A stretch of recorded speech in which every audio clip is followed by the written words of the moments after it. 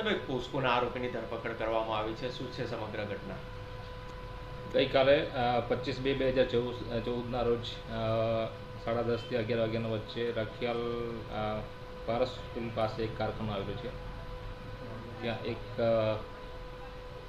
8 વર્ષના સગીરવયની બાળા જોડે સૃષ્ટિ વિરુદ્ધનું કૃત્ય બનેલું હતું. તે બાબતની હકીકત મળતા તે ગામે તેમની માતાશ્રીની ફરિયાદ લઈ પોક્સો 376 મુજબની ફરિયાદ લઈ આરોપીને ડિટેન કરીને ધરપકડ કરવાની કાર્યવાહી તજવીજ કરેલ છે. સર, આરોપીનું બેકગ્રાઉન્ડ શું હતું? આરોપી કરતો હતો?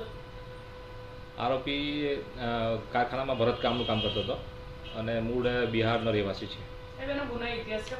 ના, એમનો કોઈ ગુનાહિત ઇતિહાસ નથી. સર, કઈ રીતે આ બાળા છે તેને ફોસલાવી હતી, શું લાલચ આપી હતી? જે બાળા છે એ પહેલાં જ્યાં એ આરોપી કામ કરતો હતો ત્યાં બાજુમાં એનું ઘર હતું.